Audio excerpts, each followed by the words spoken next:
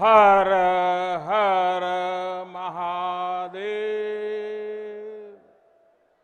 हर हर महादेव। नमः पार्वती पते। माता अन्नपूर्णा की, गंगा मैया की। इस ऐतिहासिक आयोजन में उपस्थित उत्तर प्रदेश की राज्यपाल श्रीमती आनंदीबेन पटेल, उत्तर प्रदेश के मुख्यमंत्री कर्मयोगी श्री योगी आदित्यनाथ जी, भारतीय जनता पार्टी के राष्ट्रीय अध्यक्ष, हम सबके मार्गदर्शक श्रीमान जेपी नड्डा जी, उप मुख्यमंत्री भाई केशव प्रसाद मौर्य जी, दिनेश शर्मा जी, केंद्र में मंत्रिपरिषद के मेरे साथी महेंद्र नाथ पांडे जी, उत्तर प्रदेश भारतीय जनता पार्टी के अध्यक्ष स्वतंत्र देव सिंह जी, यहां के मंत्री श्रीमान नीलकंठ तिवारी जी, देश के हर कोने से आए हुए पूज्य संतगण और मेरे प्यारे काशीवासी,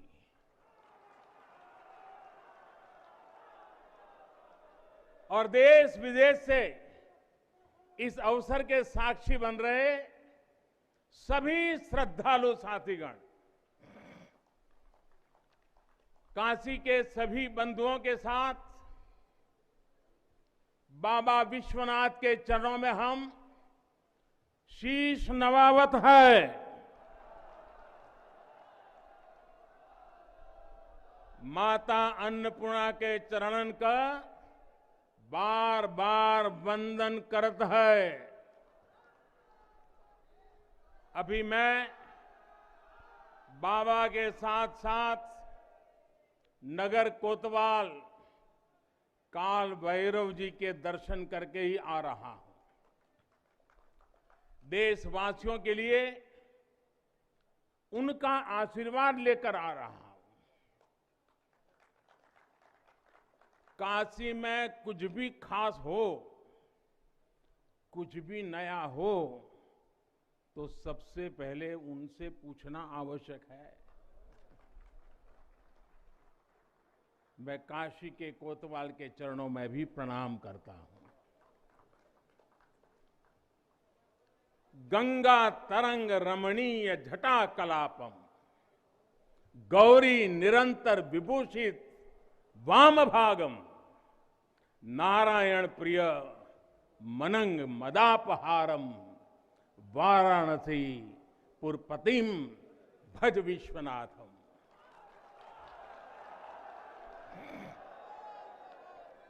हम बाबा विश्वनाथ दरबार से देश दुनिया के उन श्रद्धालु जनन के प्रणाम करत है जो अपने अपने स्थान से इस महायज्ञ के साक्षी बनत होन। हम आप सब काशीवासी लोगन के प्रणाम करत है जिनके सहयोग से इस शुभ घड़ी आयल है। हृदय गदगद है, मन आह्लादित है। आप सब लोगन के बहुत बहुत बधाई।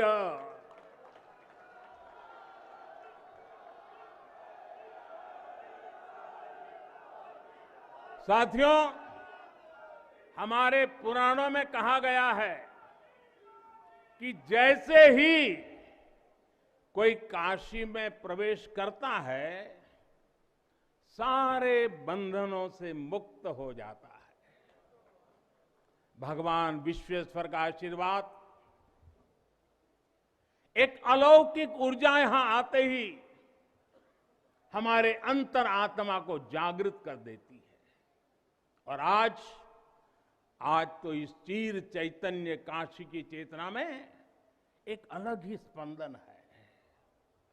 आज आदि काशी की अलौकिकता में एक अलग ही आभा है। आज शाश्वत बनारस के संकल्पों में एक अलग ही सामर्थ्य दिख रहा है। हमने शास्त्रों में सुना है, जब भी कोई पुण्य अवसर होता है तो सारे तीर्थ, सारी देवीय शक्तियां बनारस में बाबा के पास उपस्थित हो जाती है। कुछ वैसा ही अनुभव आज मुझे बाबा के दरबार में आकर हो रहा है। ऐसा लग रहा है कि हमारा पूरा चेतन ब्रह्मांड इससे जुड़ा हुआ है। वैसे तो अपनी माया का विस्तार बाबा ही जाने, लेकिन जहां तक हमारी मानवीय दृष्टि जाती है, विश्वनाथ धाम के इस पवित्र आयोजन के इसे समय पर इस समय पूरा विश्व जुड़ा हुआ है। साथियों, आज भगवान शिव का प्रिय दिन सोमवार है। आज विक्रम संवत 2078 मार्गशीर्ष शुक्ल पक्ष दशमी तिथि एक नया इतिहास रच रही है।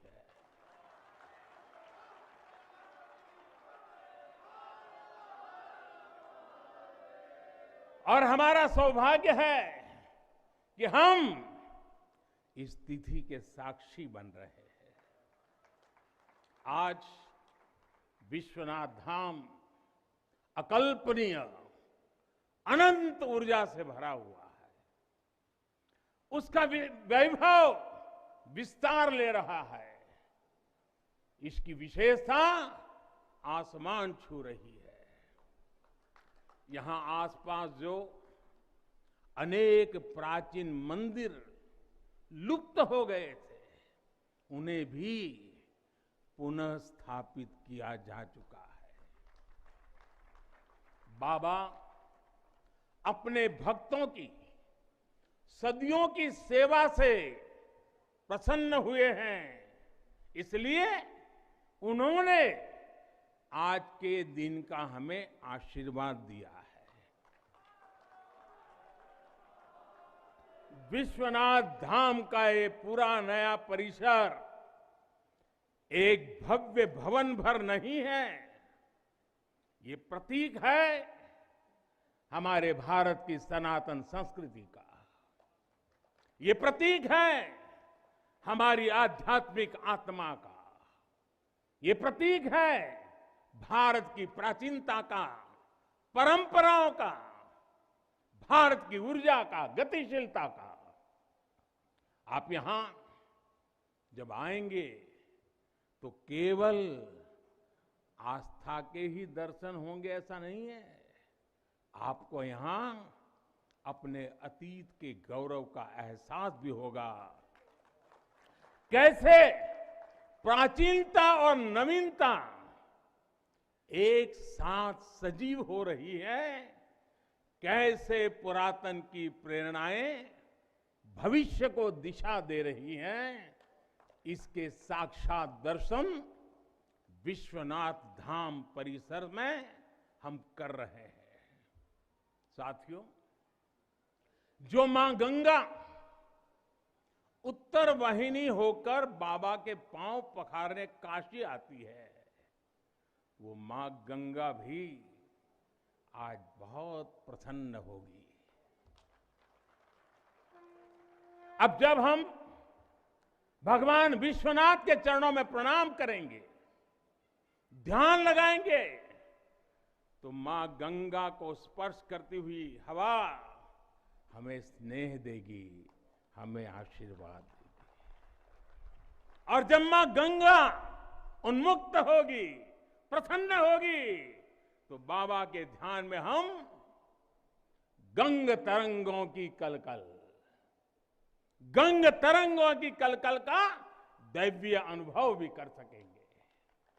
बाबा विश्वनाथ सबके हैं, मां गंगा सबकी है, उनका आशीर्वाद सबके लिए है। लेकिन समय और परिस्थितियों के चलते बाबा और मां गंगा की सेवा की ये सुलभता मुश्किल हो चली थी। यहां हर कोई आना चाहता था, लेकिन रास्तों और जगह की कमी हो गई थी। बुजुर्गों के लिए, दिव्यांगों के लिए यहां आने में बहुत कठिनाई होती थी। लेकिन अब विश्वनाथ धाम परियोजना के पूरा होने से यहां हर किसी के लिए पहुंचना सुगम हो गया है। हमारे दिव्यांग भाई बहन, बुजुर्ग माता पिता सीधे बोट से जेटी तक आएंगे। जेटी से घाट तक आने के लिए भी एस्केलेटर लगाए गए हैं। वहां से सीधे मंदिर तक आ सकेंगे। संकरे रास्तों की वजह से दर्शन के लिए जो घंटों तक का इंतजार करना पड़ा था, जो परेशानी होती थी, वो भी अब कम होगी। पहले यहां जो मंदिर क्षेत्र केवल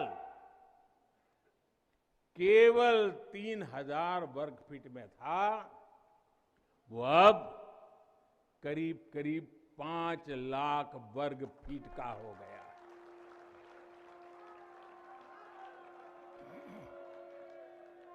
अब मंदिर और मंदिर परिसर में 50, 60, 70 हजार श्रद्धालु आ सकते हैं।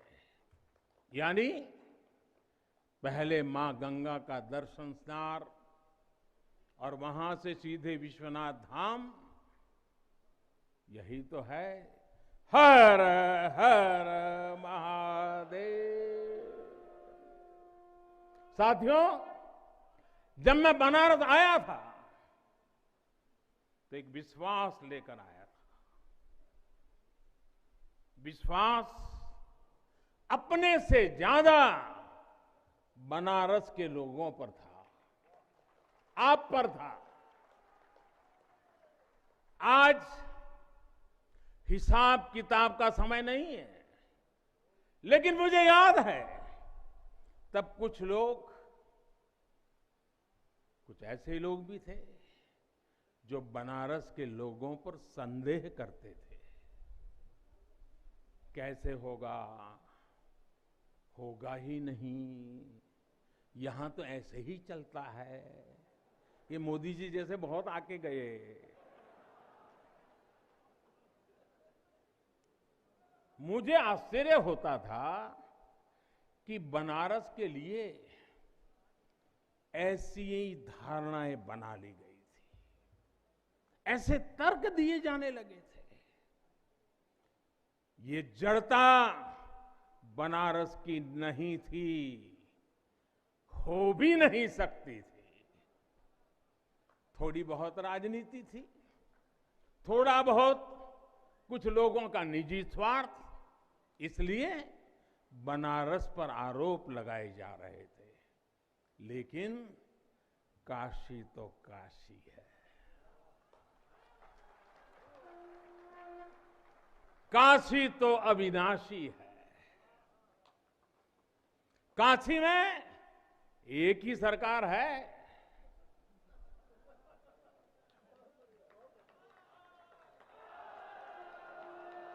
जिनके हाथों में डमरू है, उनकी सरकार है।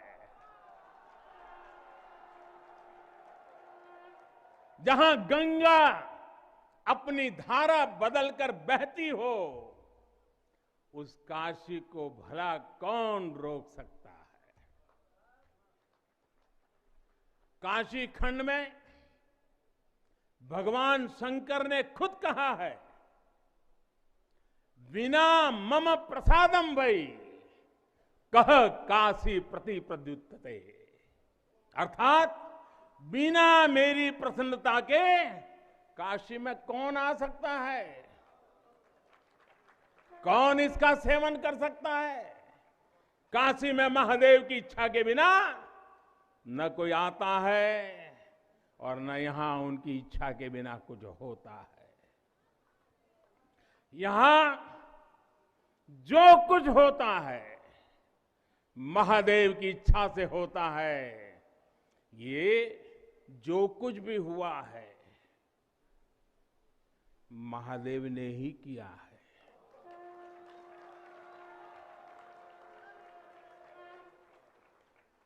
ई विश्वनाथ धाम तो बाबा आपन आशीर्वाद से बनेले हुअन।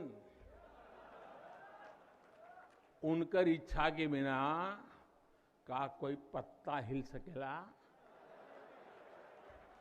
कोई कितना बड़ा हवे तो अपने घरे का होइए, ऊ बोलिए तबे कोई आ सकेला, कुछ कर सकेला। साथियों, बाबा के साथ अगर किसी और का योगदान है तो वो बाबा के गणों का है। बाबा के गण यानी हमारे सारे काशीवासी जो खुद महादेव के ही रूप है। जब भी बाबा को अपनी शक्ति अनुभव करानी होती है वो काशी वासियों का माध्यम ही बना देते हैं। फिर काशी करती है और दुनिया देखती है। इदम शिवाय इदम नमः, इदम शिवाय इदम नमः। भाई और बहनों, मैं आज अपने हर उस श्रमिक भाई बहनों का भी आभार व्यक्त करना चाहता हूं जिसका पसीना इस भव्य परिसर के निर्माण में बहा है। कोरोना के इस विपरीत काल में भी उन्होंने यहां पर काम रुकने नहीं दिया। मुझे अभी अपने इस श्रमिक साथियों से मिलने का अवसर मिला, उनके आशीर्वाद लेने का सौभाग्य मिला। हमारे कारीगर, हमारे सिविल इंजीनियरिंग से जुड़े लोग, प्रशासन के लोग, वो परिवार जिनके यहां घर हुआ करते थे, मैं सभी का अभिनंदन करता हूं। और इन सबके साथ मैं यूपी सरकार, हमारे कर्मयोगी मुख्यमंत्री योगी आदित्यनाथ जी का भी और उनकी पूरी टीम का भी अभिनंदन करता हूं जिन्होंने काशी विश्वनाथ धाम परियोजना को पूरा करने के लिए दिन रात एक कर दिया। साथियों, हमारी इस वाराणसी ने युगों को जिया है, इतिहास को बनते बिगड़ते देखा है। कितने ही कालखंड आए गए, कितनी ही सल्तनतें उठी और मिट्टी में मिल गई, फिर भी बनारस बना हुआ है। बनारस अपना रस बिखेर रहा है। बाबा का ये धाम शाश्वत ही नहीं रहा है, इसके सौंदर्य ने भी हमेशा संसार को आश्चर्यचकित और आकर्षित किया है। हमारे पुराणों में प्राकृतिक आभा से घिरी काशी के ऐसे ही दिव्य स्वरूप का वर्णन किया गया है। अगर हम ग्रंथों को देखेंगे, शास्त्रों को देखेंगे, इतिहासकारों ने भी वृक्षों, सरोवरों, तालाबों से घिरी काशी के अद्भुत स्वरूप का बखान किया है। लेकिन समय कभी एक जैसा नहीं रहता। आतताइयों ने इस नगरी पर आक्रमण किए, इसे ध्वस्त करने के प्रयास किए। औरंगजेब के अत्याचार, उसके आतंक का इतिहास साक्षी है। जिसने सभ्यता को तलवार के बल पर बदलने की कोशिश की, जिसने संस्कृति को कट्टरता से कुचलने की कोशिश की, लेकिन इस देश की मिट्टी बाकी दुनिया से कुछ अलग है। यहां अगर औरंगजेब आता है तो शिवाजी भी उठ खड़े होते हैं। अगर कोई सालार मसूद इधर बढ़ता है तो राजा सुहेलदेव जैसे वीर योद्धा उसे हमारी एकता की ताकत का एहसास करा देते हैं। और अंग्रेजों के दौर में भी वॉरेन हेस्टिंग का क्या हाल काशी के लोगों ने किया था। ये तो काशी के लोग समय समय पर बोलते रहते हैं और काशी की जुबान पे निकलता है, घोड़े पर हौदा और हाथी पर जिन जान लेकर भागल वॉरेन हेस्टिंग। साथियों, आज समय का चक्र देखिए, आतंक के वो पर्याय इतिहास के काले पन्नों तक सिमट कर रह गए हैं और मेरी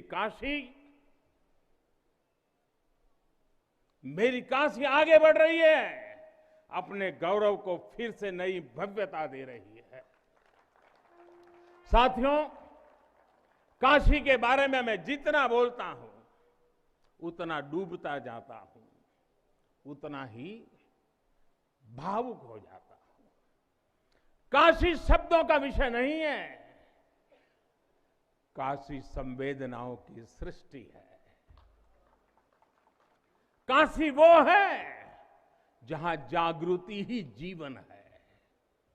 काशी वो है जहां मृत्यु भी मंगल है। काशी वो है जहां सत्य ही संस्कार है। काशी वो है जहां प्रेम ही परंपरा है। भाइयों बहनों, हमारे शास्त्रों ने भी काशी की महिमा गाते हुए आखिर में क्या कहा? नेति नेति ही कहा है। यानी जो कहा उतना ही नहीं है, उससे भी आगे कितना कुछ है। हमारे शास्त्रों ने कहा है, शिवम ज्ञायन इति ब्रूयो, शिवः शब्दार्थ चिंतका, अर्थात शिव शब्द का चिंतन करने वाले लोग शिव को ही ज्ञान कहते हैं। इसलिए ये काशी शिवमयी है, ये काशी ज्ञानमयी है। और इसलिए ज्ञान, शोध, अनुसंधान ये काशी और भारत के लिए स्वाभाविक निष्ठा रहे हैं। भगवान शिव ने स्वयं कहा है, सर्व क्षेत्रेषु भूपृष्ठे, सर्व क्षेत्रेषु भूपृष्ठे काशी क्षेत्रम च मे वपु, अर्थात धरती के सभी क्षेत्रों में काशी साक्षात मेरा ही शरीर है। इसलिए यहां का पत्थर, यहां का हर पत्थर शंकर है। इसलिए हम अपनी काशी को सजीव मानते हैं और इसी भाव से हमें अपने देश के कण कण में मातृभाव का बोध होता है। हमारे शास्त्रों का वाक्य है, दृश्यते स्वर्ग सर्वे है, काश्यम विश्वेश्वर तथा, यानी काशी में सर्वत्र हर जीव में भगवान विश्वेश्वर के ही दर्शन होते हैं। इसलिए काशी जीवत्व को सीधे शिवत्व से जोड़ती है।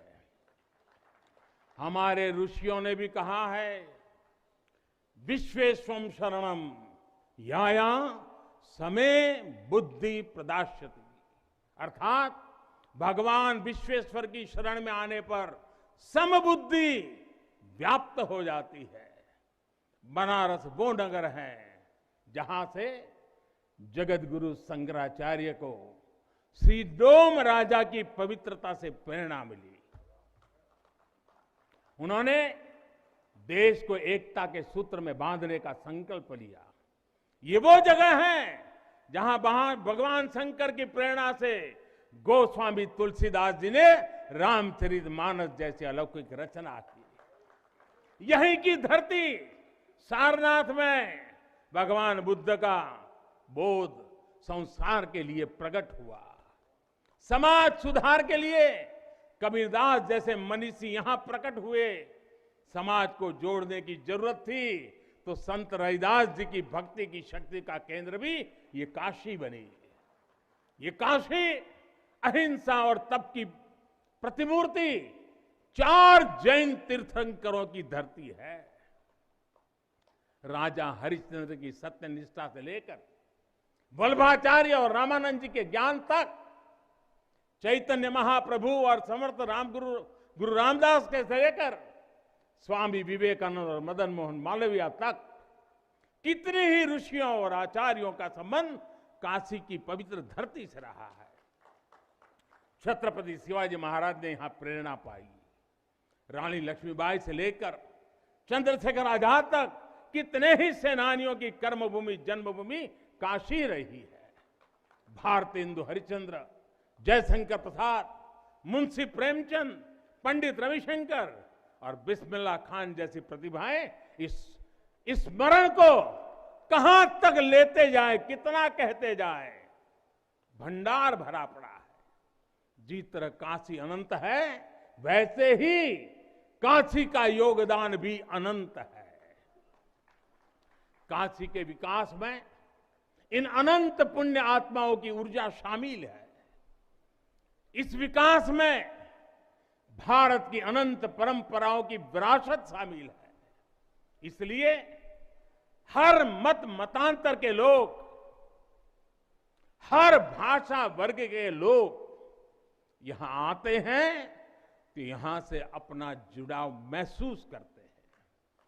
साथियों, काशी हमारे भारत की सांस्कृतिक, आध्यात्मिक,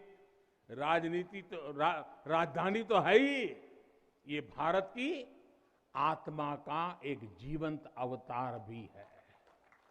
आप देखिए, पूरब और उत्तर को जोड़ती हुई यूपी में बसी ये काशी, यहां विश्वनाथ मंदिर को तोड़ा गया तो मंदिर का पुनर्निर्माण माता अहल्याबाई होलकर ने करवाया।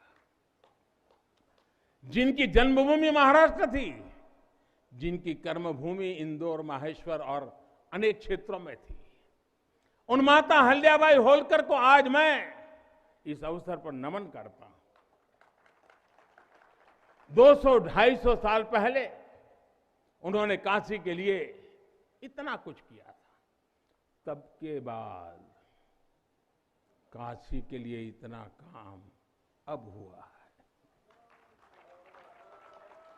साथियों, बाबा विश्वनाथ मंदिर की आभा बढ़ाने के लिए पंजाब से महाराजा रणजीत सिंह ने 23 मण सोना चढ़ाया था। इसके शिखर पर सोना मढ़वाया था। पंजाब से पूज्य गुरु नानक देव जी भी काशी आए थे, यहां सत्संग किया था। दूसरे सिख गुरुओं का भी काशी से विशेष रिश्ता रहा था। पंजाब के लोगों ने काशी के पुनर्निर्माण के लिए दिल खोलकर दान दिया था। पूरब में बंगाल की रानी भवानी ने बनारस के विकास के लिए अपना सब कुछ अर्पण किया। मैसूर और दूसरे दक्षिण भारतीय राजाओं का भी बनारस के लिए बहुत बड़ा योगदान रहा है। एक ऐसा शहर है जहां आपको उत्तर, दक्षिण, नेपाली, लगभग हर तरह की शैली के मंदिर दिख जाएंगे। विश्वनाथ मंदिर इसी आध्यात्मिक चेतना का केंद्र रहा है और अब ये विश्वनाथ धाम परिसर अपने भव्य रूप में इस चेतना को और ऊर्जा देगा। साथियों, दक्षिण भारत के लोगों की काशी के प्रति आस्था, दक्षिण भारत का काशी पर और काशी का दक्षिण भारत पर प्रभाव हम सब भली भांति जानते हैं। एक ग्रंथ में लिखा है, तेनो पयाथेन कदाचनात् वाराणसीम पाप निवारणम आवादी वाणी बलिना सविष्यन विलोक्य लीला वासरे विलिप्ता, कन्नड़ भाषा में कहा गया है। यानी जब सदगुरु माधवाचार्य जी अपने शिष्यों के साथ चल रहे थे तो उन्होंने कहा था कि काशी के विश्वनाथ पाप का निवारण करते हैं। उन्होंने अपने शिष्यों को काशी के वैभव और उसकी महिमा के बारे में भी समझाया। साथियों, सदियों पहले की ये भावना निरंतर चली आ रही है। मां कवि सुब्रमण्यम भारती काशी प्रवास ने जिनके जीवन की दिशा बदल दी, उन्होंने एक जगह लिखा है, तमिल में लिखा है, काशी नगर पुलवर पेशुम उरई दान, कांजी इल के पदर कोर खरुबी सेवोम। यानी काशी नगरी के संत कवि का भाषण कांचीपुर में सुनने का साधन बनाएंगे। काशी से निकला हर संदेश ही इतना व्यापक है कि देश की दिशा बदल देता है। वैसे मैं एक बात और कहूंगा, मेरा पुराना अनुभव है। हमारे घाट पर रहने वाले, नाव चलाने वाले कई बनारसी साथी तो, और आपने भी कभी अनुभव किया होगा, तमिल, कन्नड़ा, तेलुगु, मलयालम इतनी फराटेदार तरीके से बोलते हैं कि लगता है कि कहीं केरला, तमिलनाडु या कर्नाटक तो नहीं आ गए। अब इतना बढ़िया बोलते हैं। साथियों, भारत की हजारों सालों की ऊर्जा ऐसे ही तो सुरक्षित रही है, संरक्षित रही है। जब अलग अलग स्थानों के क्षेत्रों के सूत्र से जुड़ते हैं तो भारत एक भारत श्रेष्ठ भारत के रूप में जागृत होता है। इसलिए हमें सौराष्ट्र सोमनाथम से लेकर अयोध्या, मथुरा, माया, काशी, कांची, अवंतिका का हर दिन स्मरण करना सिखाया जाता है। हमारे यहां तो 12 ज्योतिर्लिंगों के स्मरण का ही फल बताया गया है।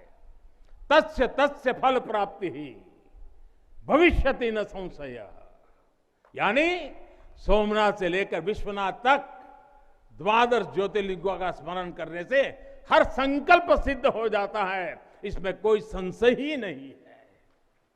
ये संशय इसलिए नहीं है क्योंकि स्मरण के बहाने पूरे भारत का भाव एकजुट हो जाता है, और जब भारत का भाव आ जाए तो संशय कहां रह जाता है, असंभव क्या बचता है।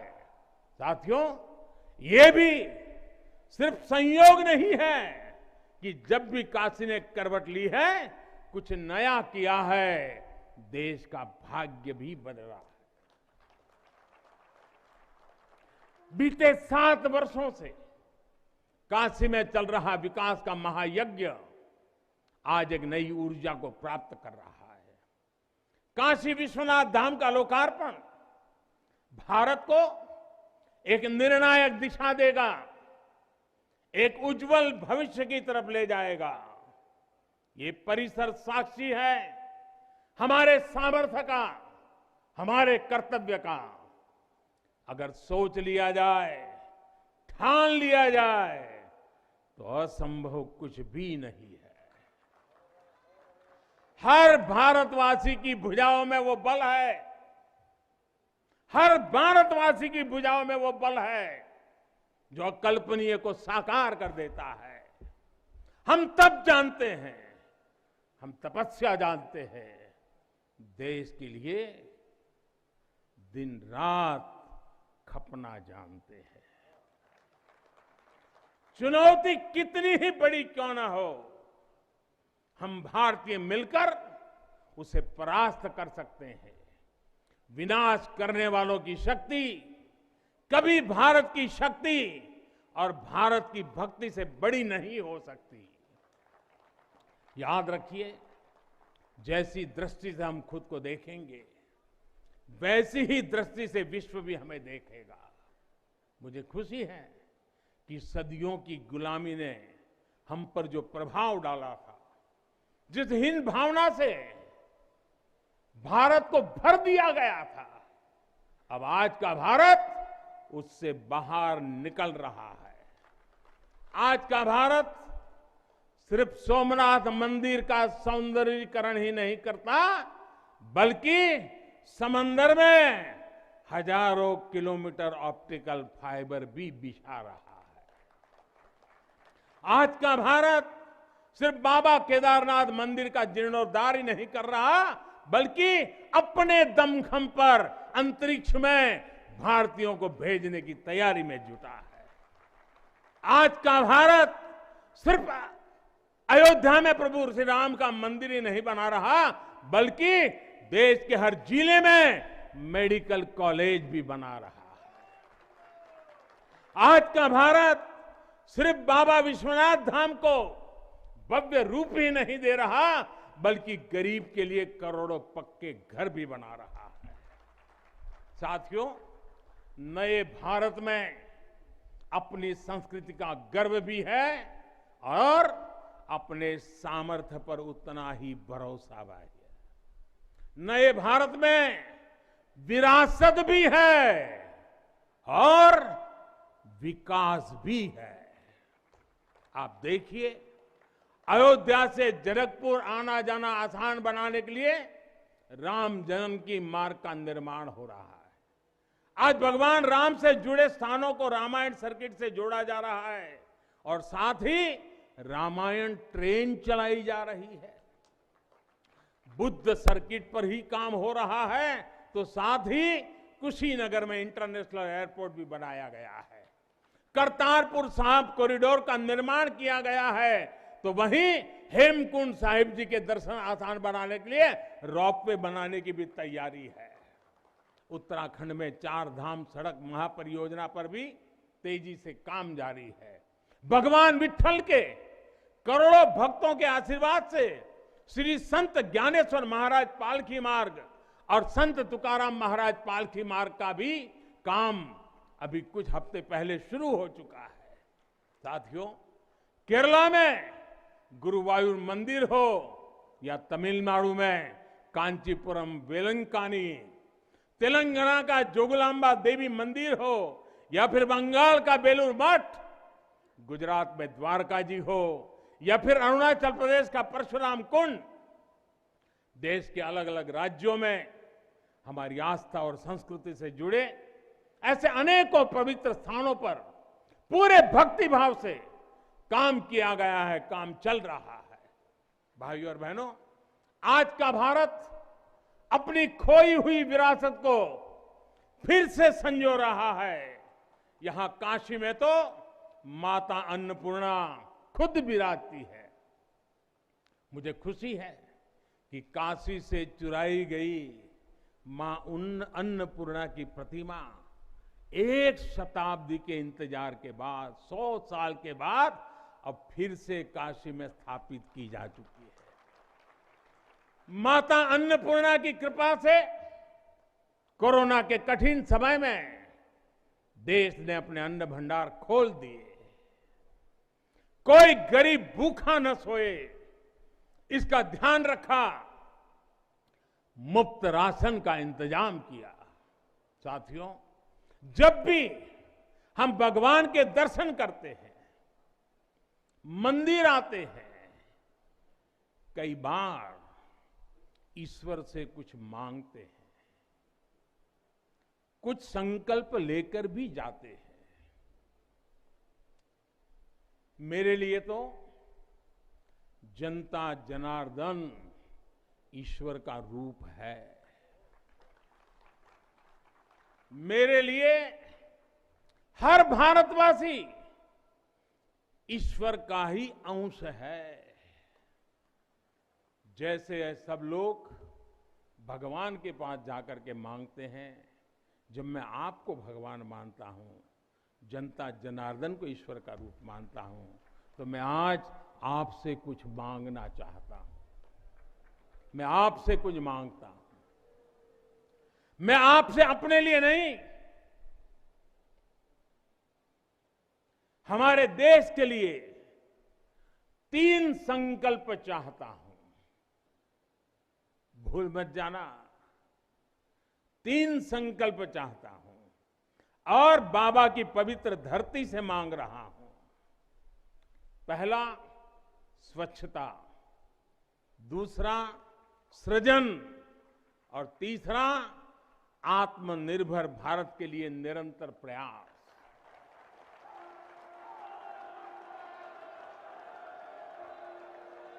स्वच्छता जीवन शैली होती है, स्वच्छता अनुशासन होती है। ये अपने साथ कर्तव्यों की एक बहुत बड़ी श्रृंखला लेकर आती है।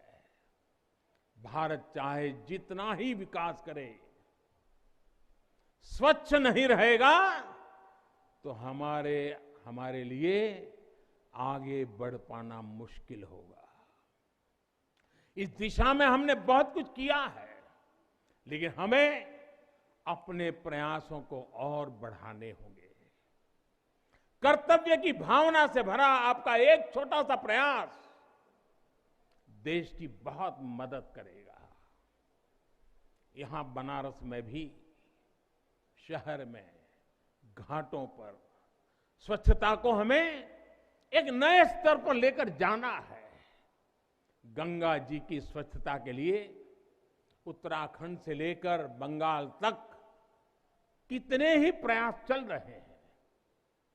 नमामि गंगे अभियान की सफलता बनी रहे, इसके लिए हमें सजग होकर काम करते रहना होगा। साथियों, गुलामी के लंबे कालखंड में हम भारतीयों का आत्मविश्वास ऐसा तोड़ा कि हम अपने ही सृजन पर विश्वास खो बैठे। आज हजारों वर्ष पुरानी इस काशी से मैं हर देशवासी का आह्वान करता हूं, पूरे आत्मविश्वास से सृजन करिए, इनोवेट करिए, इनोवेटिव तरीके से करिए।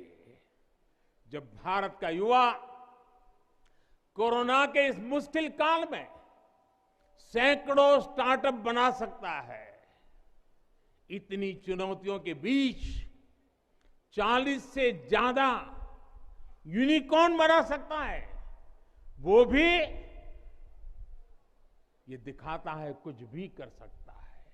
आप सोचिए, एक यूनिकॉर्न यानी स्टार्टअप करीब करीब 7 हजार करोड़ रुपए से भी ज्यादा का है और पिछले 1-1.5 साल में बना है। इतने कम समय में यह अभूतपूर्व है। हर भारतवासी जहां भी है, जिस भी क्षेत्र में है, देश के लिए कुछ नया करने का प्रयास करेगा, तभी नए मार्ग मिलेंगे, नए मार्ग बनेंगे और हर नई मंजिल पाकर रहेंगे। भाइयों और बहनों, तीसरा एक संकल्प जो आज हमें लेना है वो है आत्मनिर्भर भारत के लिए अपने प्रयास बढ़ाने का। ये आजादी का अमृत काल है। हम आजादी के 75वें साल में है, जब भारत 100 साल की आजादी का समारोह बनाएगा। तब का भारत कैसा होगा, इसके लिए हमें अभी से काम करना होगा और इसके लिए जरूरी है हमारा आत्मनिर्भर होना। जब हम देश में बनी चीजों पर गर्व करेंगे, जब हम लोकल के लिए वोकल होंगे, जब हम ऐसी चीजों को खरीदेंगे जिसे बनाने में किसी भारतीय का पसीना बहा हो, तो इस अभियान को मदद करेंगे। अमृत काल में भारत 130 करोड़ देशवासियों के प्रयासों से, सबके प्रयासों से आगे बढ़ रहा है। महादेव की कृपा से, हर भारतवासी के प्रयास से हम आत्मनिर्भर भारत का सपना सच होता देखेंगे। इसी विश्वास के साथ मैं बाबा विश्वनाथ के, माता अन्नपूर्णा के, काशी कोतवाल के और सभी देवी देवताओं के चरणों में एक बार फिर प्रणाम करता हूं। इतनी बड़ी तादाद में देश के अलग अलग कोने से पूज्य संत महात्मा पधारे हैं। यह हमारे लिए, मुझ जैसे एक सामान्य नागरिक के लिए ये सौभाग्य की पल है। मैं सभी संतों का, सभी पूज्य महात्माओं का सर झुका करके हृदय से अभिनंदन करता हूं, प्रणाम करता हूं। मैं आज सभी काशीवासियों को, देशवासियों को फिर से बधाई देता हूं, बहुत बहुत शुभकामनाएं देता हूं। हर हर महादेव, हर हर महादेव, हर हर महादेव।